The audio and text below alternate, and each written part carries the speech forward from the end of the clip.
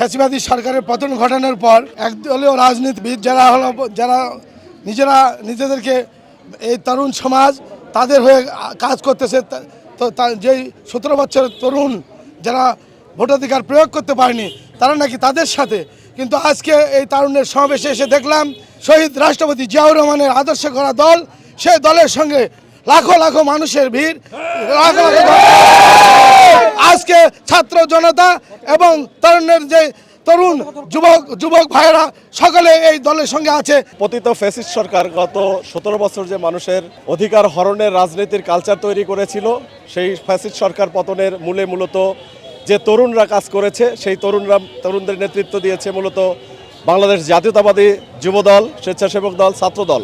এটাই হচ্ছে আজকের এই তারুণ্যের সমাবেশের মূল প্রতিপাদ্য এবং মূল বার্তা।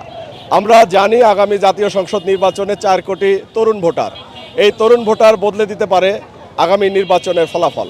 টানা 7মবারের মতো বেস্ট টিস্যু পেপার ব্র্যান্ড হিসেবে স্বীকৃতি পেয়েছে বসুন্ধরা টিস্যু। এবং আমি বিশ্বাস করি এই মানুষের যে আকাঙ্ক্ষিত শাসন ব্যবস্থা, সেখানে সুশাসন এবং কি ন্যায় বিচার প্রতিষ্ঠার যে বাংলাদেশ, মূলত আমরা চাই সাম্য, স্বাধীন একটা মানবিক বাংলাদেশ। এই মানবিক বাংলাদেশ গড়ার জন্য তরুণরাই কাজ করবে।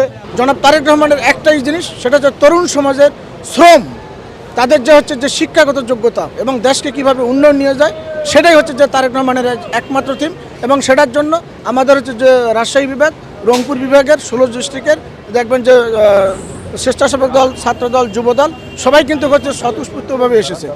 আমরা যেটা এখান থেকে শিক্ষা মনে করি, বিএনপির ডাকে বা জনাব তারেক রহমানের ডাকে সারা দেশের তরুণ সমাজ অত্যন্ত উজ্জীবিত এবং তারা বাংলাদেশকে সাম্য ও বিনির্মাণ সমাজ গড়তে চাচ্ছে। এই তরুণরাই জাতির যেহেতু হচ্ছে ভবিষ্যৎ, পরবর্তীতে নেতৃত্ব দেবে আমাদের জনাব তারেক রহমান সেই জিনিসটাই ঠিক করেছেন। এই দেশকে উন্নতির দিকে নিয়ে যেতে গেলে তরুণ সমাজের ছাড়া কোনো বিকল্প নেই।